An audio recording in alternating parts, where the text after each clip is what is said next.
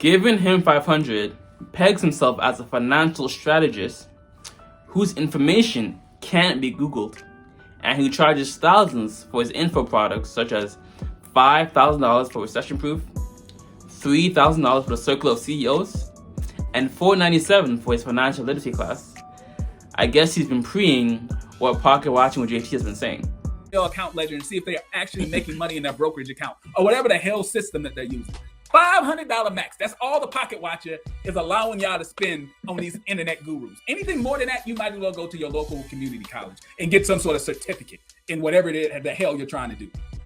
You'd expect the free information that he does give out to be some major fire sauce, right? Let's have a look, shall we? Time has come. There's no way out of this one. Today we're going to get into the financial tips on how to turn liabilities into assets, starting with credit cards, right? This is one of the biggest liabilities and one of the biggest debt creators that our generation have, is going into debt because of credit cards. Good old American Express Platinum. Given my own credit repair and credit card debt journey, I encourage all the mandem and geldom to have your own self-imposed credit card limit that is 20% of the credit card limit that the bank has allotted you. Therefore, with a $1,000 credit card limit, you use no more than $200 at a given time. Telling you, consciousness over coochie, politics over punani. I keep telling y'all that. Consciousness comes before coochie. And any large purchase that is greater than $200 or greater than 20% utilization, you are transferring money and paying that balance to the credit card within minutes of making said purchase. You get me? This philosophy not only allows one to keep the overall credit card utilization low, which contributes about 30% to your overall credit score, but also you'll be able to pay off the balance in full and on time each month without paying that beautiful 19.99% interest charge. Nigga, you gotta be ashamed of yourself, nigga. Real talk, you gotta be ashamed of yourself. All as you is. And this is all done because you are not over leveraging yourself with debt. So basically, anytime your balance creeps up to 20% utilization, you either pay it off or pay it down to single digit utilization.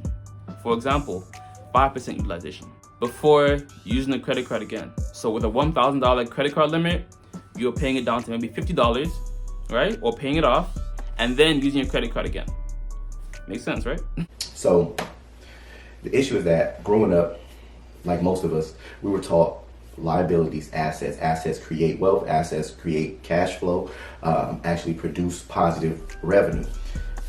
Well, liabilities are things that depreciate, lose value over time. Pretty much you put your money into it and you lose it. This stuff, right? This is stuff we want, right? We're not going out working to wear Levi's and Hanes t-shirts. It's just not, that's not the ideal that I have for myself. That's not why I work hard. Understand I do have investments. Yes, I built a house from the ground up a year ago. Brand new. I have investment properties that cash flow, have tenants in it. Yes, I have businesses, multiple businesses that cash flow monthly, some cash flow weekly, some cash flow daily. I love how the camera angles over the Louis Vuitton bags as he speaks about assets and liabilities. The content reeks of an oxymoron, no? Nigga, you gotta be ashamed of yourself, nigga. Real talk, you gotta be ashamed of yourself. All as you is. The only thing I say about luxury items is if you have a student loan, car loan, or are in credit card debt, or have no emergency fund that covers 3 to 6 months worth of expenses, and have no investment portfolio in place, whether it's a Roth IRA, retirement fund, some type of investment, then you have no business buying anything luxury. If you are in debt and have no money in some type of investment, but you're buying luxury items, you're hustling backwards. Suppose that you were 18 years old and that you wanted to buy a Rolex Submariner for a price of around $8,000. Now, is that a wise decision? Well, what if instead you had invested that money towards your retirement? And let's assume that you'd like to retire at the age of 62. How much would you have after those 44 years? Well, that's what I wanted to know, so I pulled up an investment calculator and I plugged in the numbers. They say that a good investment is one that doubles every 7 years, and to accomplish that, you need to get a return rate of around 10%. So, if we start with an initial investment of $8,000 for a term of 44 years, with no additional contributions, at the end of that time, you would have $530,000. Now, of course, part of the cost of ownership with Rolex is service, which is only around $1,000 every 5 years. But if we factor in a small contribution of an additional $200 a year, the sum total of our investment after that length is actually $660,000. Again, get into the habit of checking your bank account every single day. Constantly seeing negatives leave your account will make you more conscious about your buying decisions. You know those ones where you don't check your bank account for like 2 or 3 weeks because you are nervous about what you see? You don't want to be like that, especially if the things you're constantly buying are depreciating liabilities. Does the thing you're about to buy, does it help you make more money in the long run?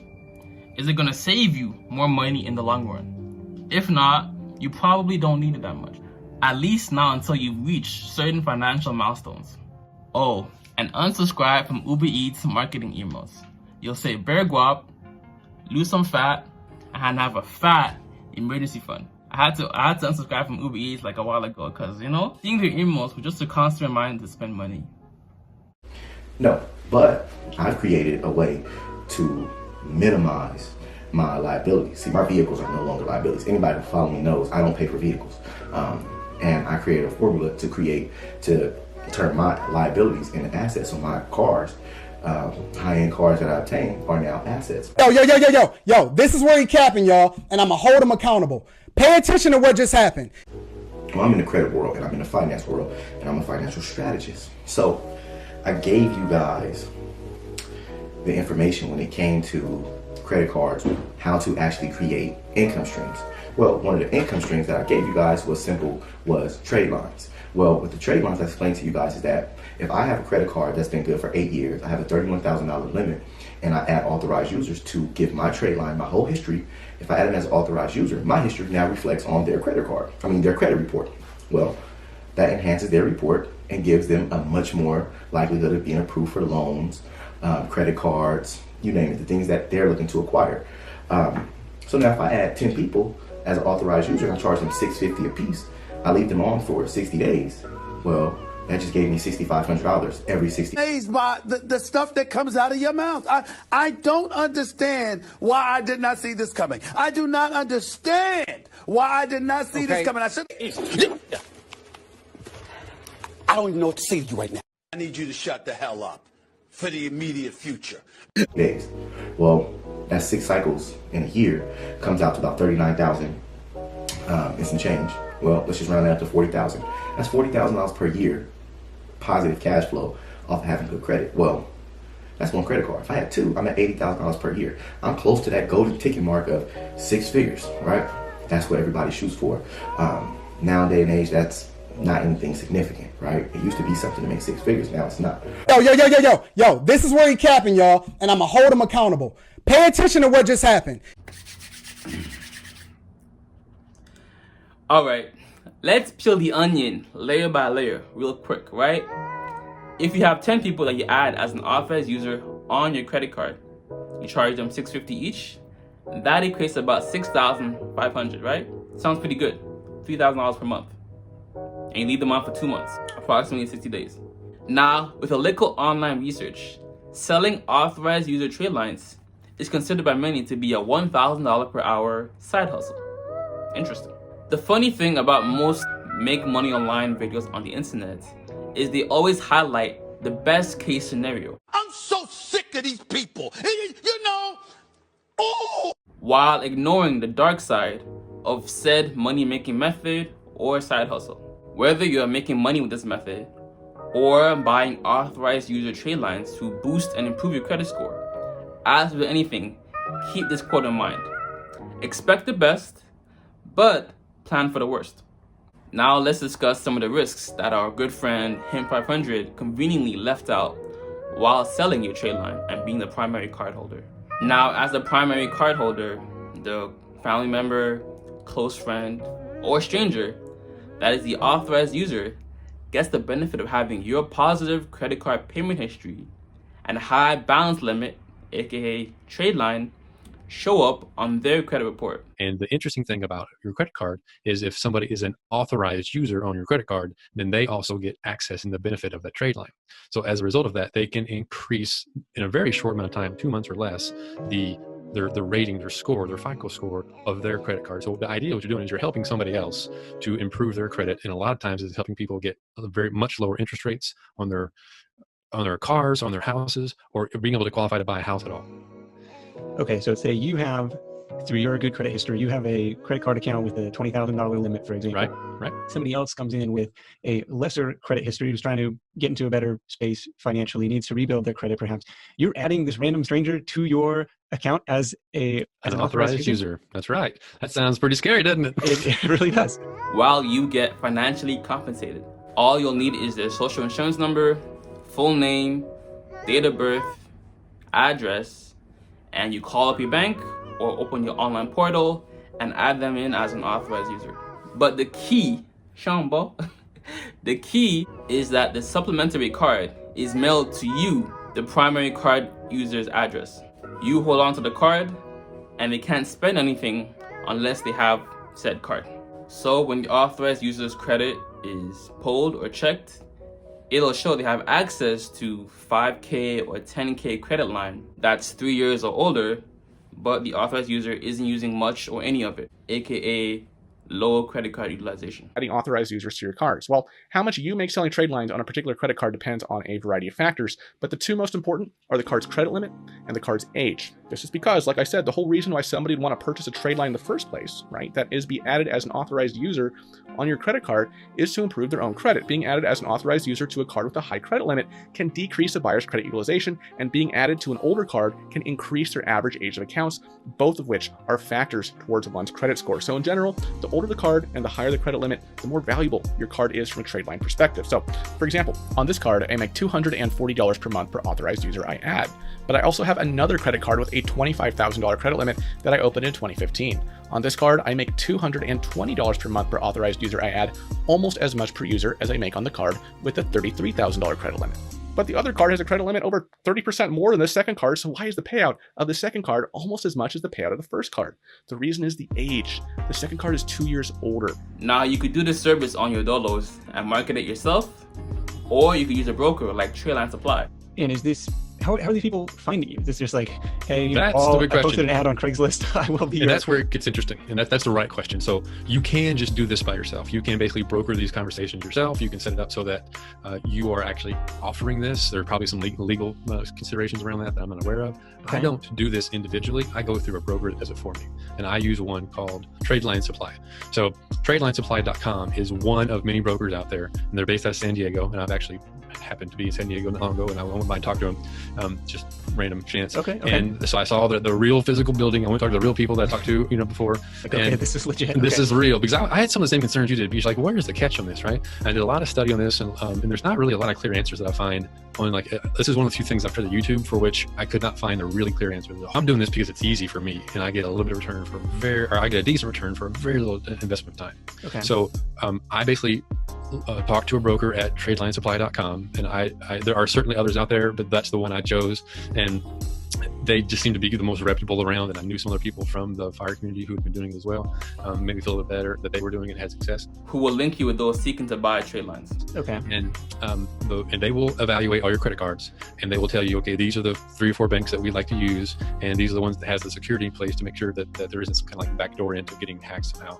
And they say based on your amount of credit utilization and the amount of time that these cards have been open, that we will give you a $350 commission or a $150 commission or a $75 commission, whatever their kind of rubric is, based on how long and you've been open and how big of a credit limit you have. Okay, how valuable is this to the client based on history and okay.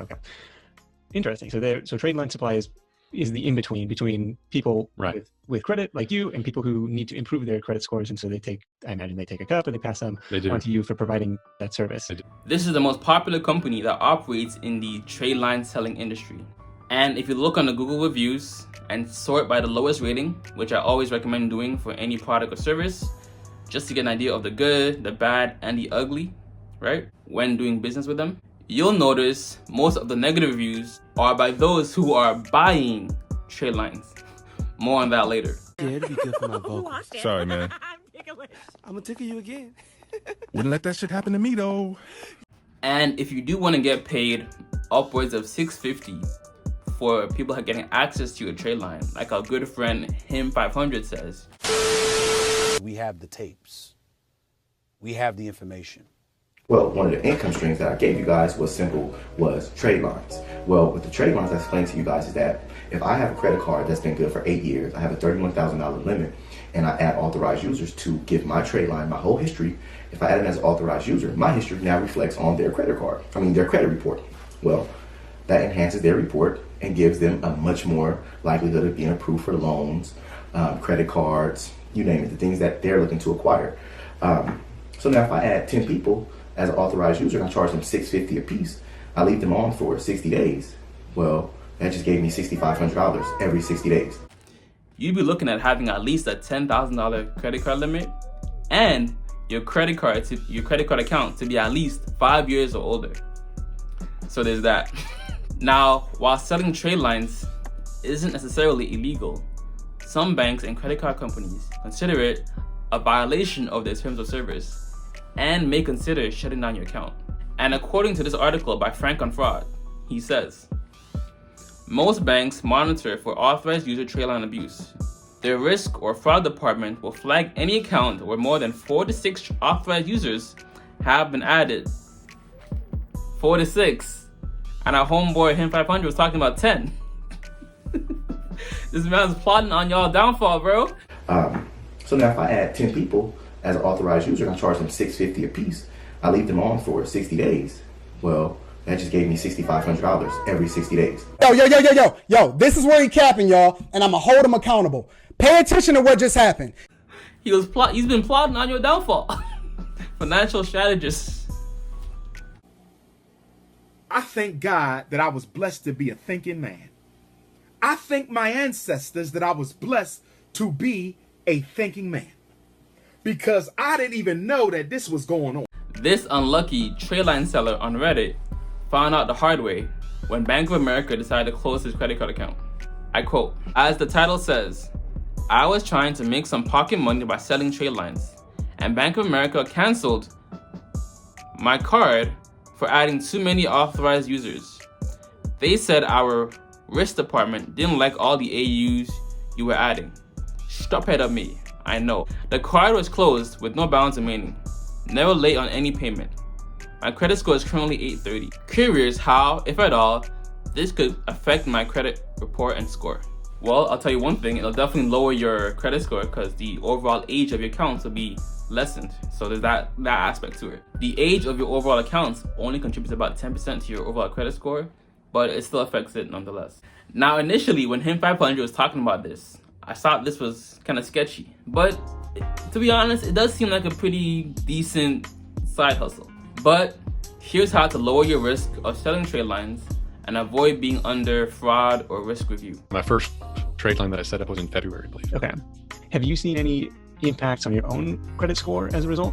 Zero. And trade line supply, as one of the questions I was worried about was my own credit, and it has zero impact because you're not changing anything to your credit. You're adding an authorized user to your card, but that doesn't change your utilization. Only if you were to change something about the card or you were to somehow get a card canceled. And so that is one thing, there's one concern that has come up is that I have heard from friends who are also doing this that Bank of America does not like this and they have shut down their cards. And one of my oldest cards is a Bank of America card. So I have taken Bank of America off of my rotation and I only use Chase cards. And the one that paid the highest commission was Bank of America. But it's a card I've had open for 19 years. I cannot risk that. I choose not to risk having them turn that off for me, even though I can make 350 times 6 in a year. So one of the risks you mentioned is certain banks don't like it and they could close down your account, which for me, I do all my personal and business banking with Chase. So that would be a big risk for me. Like I want to stay in the good graces. If you want to be extra conservative, consider adding no more than 1 to 2 authorized users every other month. Any other risks or in conversations that come up, like why? So there is another risk. People have? Yeah, the other hesitation I think is, and it's kind of the same conversation, but it's the security around your card. So that person is on your credit card account as an authorized user. So if you don't set up really tight controls on your configurable settings for your security with these banks, it is potential they could call in and try and maneuver their way through their IVR system and get in access to your credit card. So you have to make sure you go into all the banks, Chase, Bank of America, et cetera, Barclays, and set up, and Tradeline Supply gives you what to do per bank to make sure that you have like a code authorized, like the second level of security that the bank authorizes or allows to you, but usually isn't on by default. Okay, like two-factor authentic, like send me a text. Okay. Anything else that people need to know? I mean, this is a fascinating one. Well, what is interesting about this is it depends on your place in your life. So this is not somebody just coming out of college and getting the first couple of credit cards. This isn't available to you yet. Therefore, if the authorized user was added January 12th and they're removed 2 months later in March, let's say March 12th, and you've been paid, have no AUs all of April, and then add 2 more people in May. I've talked about selling trade lines because I do it myself and I make money from it and I believe in it. I think it's wonderful, but it's not without its downside. So now I do want to talk about the risks of selling trade lines.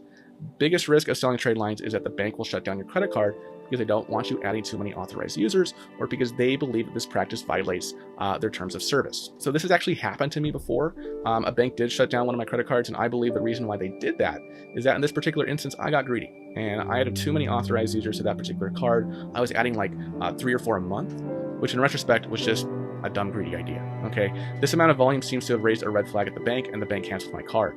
Nowadays, I only add up to 2 authorized users per card per month. I haven't had any trouble since I implemented that policy personally. Not to say I won't have trouble in the future. There's no guarantees with this, but if you start selling trade lines, I recommend that you stick to no more than 2 authorized users per card per month. Now, this is the nuance that many financial strategists like Him500 do not speak about. People lie, cheat, steal. Disappoint. Yeah, they're hypocrites. You know, they tell you what they think you want to hear. Now, I don't fall into that category. This man advocated adding 10 people at once. The fuck? 10 people. Gina K. God forbid. God forbid. It's an evil world we live in. But hey, I'm gonna keep living and loving life. And the supplementary card that you do get in the mail, you may want to make 1 purchase a month just to show that, you know, it's active and doesn't raise any suspicion to the bank. Now, for those of you who are seeking to improve your credit score by buying authorized user age trade lines, here's the real deal.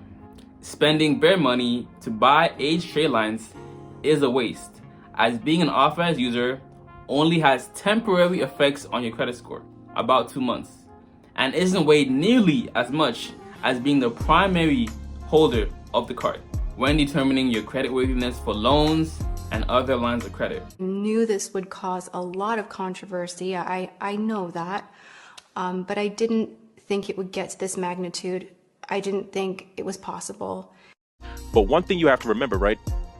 There's a difference between credit scores and underwriting. Now, the reason why I say this is because there's this assumption that all you need to do if you have bad credit or no credit at all is add authorized user trade lines, and then you can go to a bank and they'll give you comparable types of approvals and limits. That strategy worked several years ago, but in today's day and age, in 2020, that strategy does not work. And the reason why it does not work is because when underwriters are looking at your profile, they're looking at your primary accounts, right? Accounts where you're 100% legally responsible for that account and you've managed that account over a certain period of time. Remember, an authorized user account is not actually your account. That does not show your creditworthiness or your ability to repay. And underwriters understand this and they know this. So sometimes, institutions will even rescore your credit based only on your primary accounts. And I've seen this firsthand. Like I've had several, individuals reach out to me. I'll review their credit score. They can't figure out why they're getting denied. And when I look at their profile, I see, okay, you have all these authorized user accounts, but you have little to no primary accounts where you're the primary account holder, where you're legally responsible for the debt. The difference between a primary account and an authorized user account, a primary account is going to be weighted more heavily when it comes to your credit and when it comes to underwriting, right? An authorized user account, yes, it's going to increase your credit score, but a high credit score does not always mean easier approvals, right? You could have someone, and I've seen this countless times, right? Someone with like a 670, 680 get more approvals and higher limits than someone with you know, a 750, 780, because that person with the 670, 680 has primary accounts over a certain period of time. Now, they might have a couple things that might be dragging their score slightly down, right? Their utilization might be a little high. They might have a lot of recent inquiries, or they might have a late payment or a collection that's just dragging them down. But they have a more comprehensive profile versus the 780, where they just bought 4 or 5 authorized users and they don't have no accounts of their own. And I always emphasize this. This person left a comment on my Bandman Kevo Never Buy Tradelines video the other day, and it pretty much highlights my sentiment. Courtney Jackson says, I did add a Tradeline / authorized user for my aunts. Perfect credit, Discover 1986, 15K credit limit, $40 balance, and FICO 8 moved only 15 points. But the FICO 2 didn't move at all. FICO 2 is used for mortgage. I don't know why. Help. I told you. What did I tell you? Didn't I tell you? 'Cause I told you. And when did I tell you? A long time ago. And what did I say will happen when I told you? Exactly what just happened. Not even being used to determine your creditworthiness. So before I go any further, I have information here from Experian.com. For those of you who don't believe me, all right, I'm gonna read this verbatim. It says, everyone has multiple credit scores, and some scores may not consider authorized user activity as representative of your trustworthiness as activity on an individual or joint account. For that reason, if you're looking to rebound from damaged credit or to see a big boost fast, you may want to open an account of your own. One of the credit scores that I was mentioning, FICO credit score, FICO 8 model, which is one of the credit scores that they use to determine your creditworthiness, that doesn't even incorporate authorized user activity. So when you're looking to buy a trade line and use that aged or seasoned information to help you, to benefit you, a lot of you are wasting your time because that's not even going to be used to determine your creditworthiness. These companies are beginning to create systems that allow them to pinpoint the tricks that you're using to improve your credit score and not even use that information when determining your creditworthiness. It's a total waste of time. And if you thought this was an anomaly, let me direct you lot to the Tradeline Supply reviews. I purchased, this is about a week ago. Let me stop. I purchased a Tradeline and I posted to all 3 credit bureaus and raised my credit score about 28 points. Not where I needed to be for what I'm trying to do. I told you. What did I tell you? Didn't I tell you? 'Cause I told you. And when did I tell you? A long time ago. And what did I say will happen when I told you? Exactly what just happened. Kevin Bixton. Paid for a card, but it made 0 effect on my credit score. Word is that credit bureaus have become aware of this, and piggybacking no longer works. I bought a trade line and I posted, and then 3 weeks later, it was deleted, and my points dropped 71 points. Lost all my money I put into a trade line. Credit didn't go up at all. I've contacted them through email, but they stopped responding. Do not buy from them. 100% waste of money. There's an old saying in Tennessee, I know it's in Texas, probably in Tennessee, that says, fool me once, shame on you. You fool me, we can't get fooled again. Do I gotta pull out any more receipts? Come on, man. The best bet to improve your credit score while negotiating payment for deletion on the bad debt that is on your credit report is to get a secured credit card. If you're in the US of A, I recommend you look getting the Discover It secured credit card. The one and only, the Discover It secured credit card, baby. This has a $0 annual fee, which is huge when you're trying to build your credit, because most cards charge annual fees because they're like, yeah, this guy doesn't have the best credit, so let's just kick him while he's down. I know, credit card companies are terrible, but another great thing about this card is you actually get 1% to 2% cash back on purchases, which is insane for a secured credit card. And to top that off, Discover will actually match your cash back during your first year. which again is insane for a secured credit card. Then lastly, this secured credit card only makes you put $200 towards it. So if you don't know what a secured credit card is, it's essentially you giving Discover $200 and saying, here's my $200. They're gonna say, okay, thank you. We're gonna give you a credit card that has a $200 limit on it, and then it acts like a normal credit card. You charge it, you make payments, you charge it, you make payments, and it's a normal credit card. Then when you actually close that account, Discover goes, hey, thanks for being a customer. Here's the $200 you gave us at the beginning. Take that back into your bank account. For my fellow Canadians out there, Canucks, I recommend the Refresh Financial Security Credit Card. The minimum deposit is only about $200. You get your money back after about a year or 6 months, I believe, or after you close your accounts and your credit improves. The Refresh Financial Secured Visa. This card has guaranteed approval as long as you're the age of majority, have your security deposit, and don't have an existing or pending account with Refresh Financial. This card is the only card on this list that doesn't do credit checks. When applying for a new credit card, the issuer will do a hard inquiry, which will cost you some points to your credit score. With Refresh Financial, you won't take any hit to your credit score. The annual fee for this credit card is $12.95, but there is a $3 monthly fee on top of that. So really, it's $48.95 a year. Also be aware that there is a $2 monthly inactive fee. So make sure you do at least one transaction a month to avoid this. The minimum security deposit for this card is $200 and the maximum is $10,000. And for my people them in the UK, the best bet would probably be the Aqua Classic Secured Credit Card. 3, we have the Aqua Classic credit card. This one has a credit limit of £1,200, which is obviously much higher than the previous cards, which is obviously a bit nicer to have a more flexible credit limit to buy things that you need. Obviously, if you've got a car repair coming up, this might actually exceed £500, and therefore it's nicer to have a bigger credit limit to be able to afford to pay this amount. They also accept people that have bad credit. This is obviously worse than having no credit, and is when your score is below 450.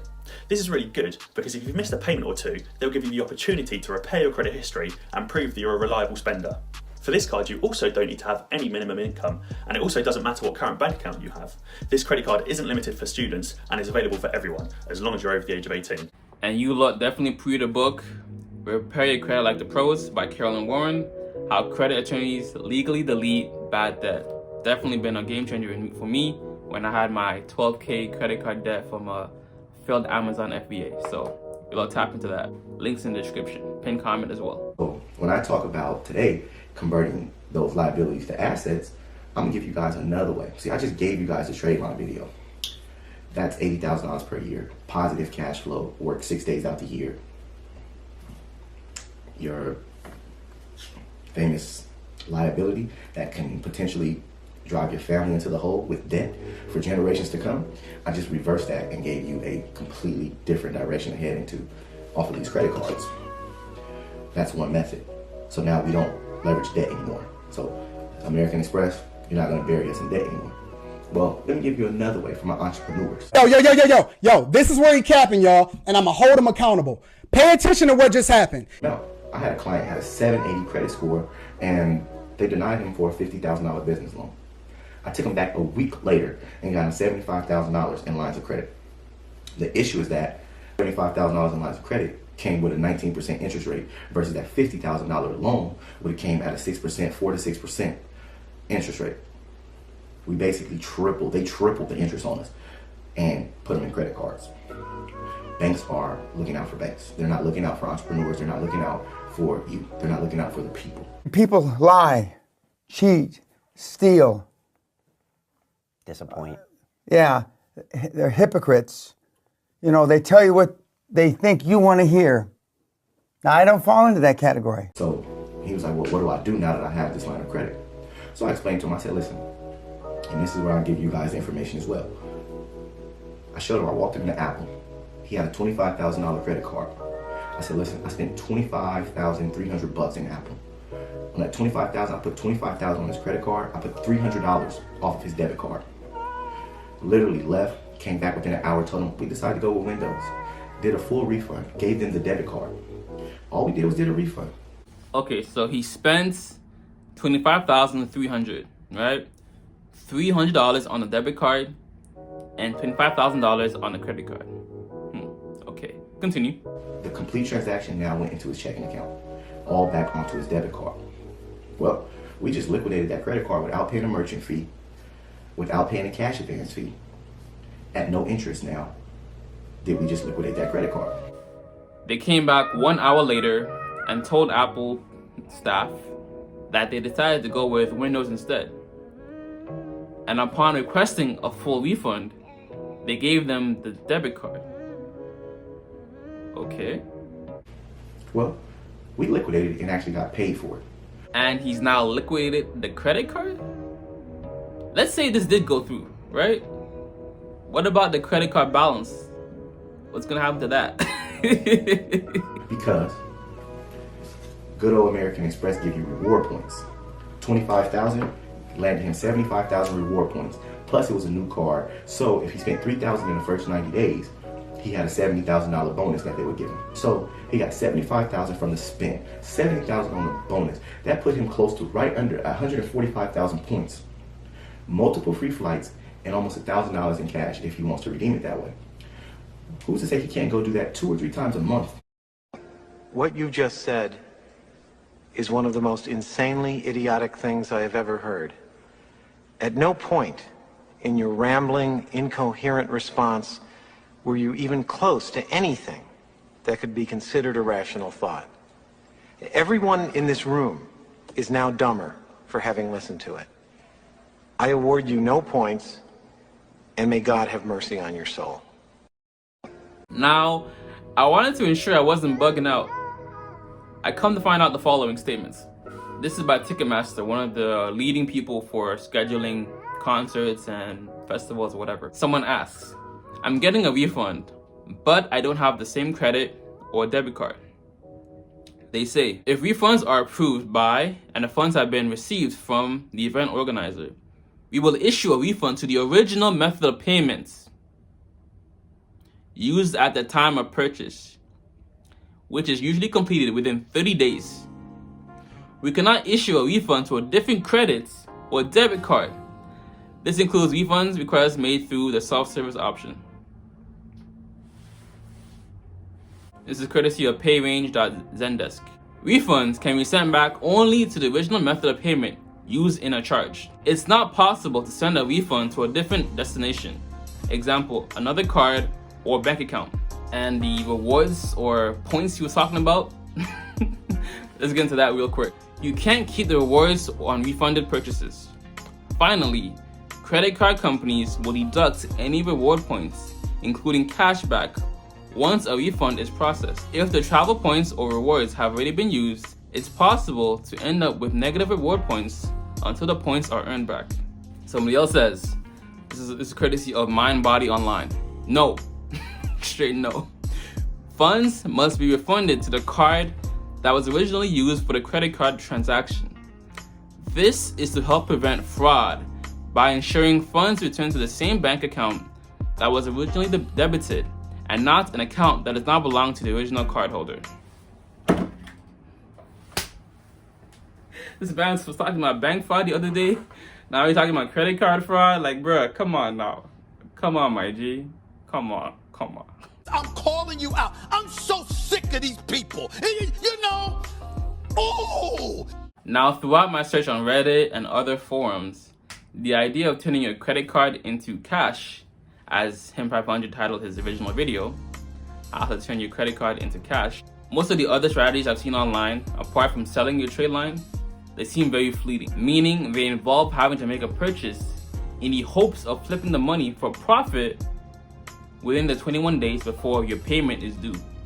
And we know how that can turn out if it doesn't work out.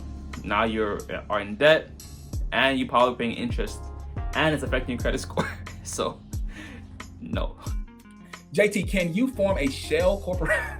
The moment you call it a shell corporation, the moment you use the term shell, the question seems a little funky.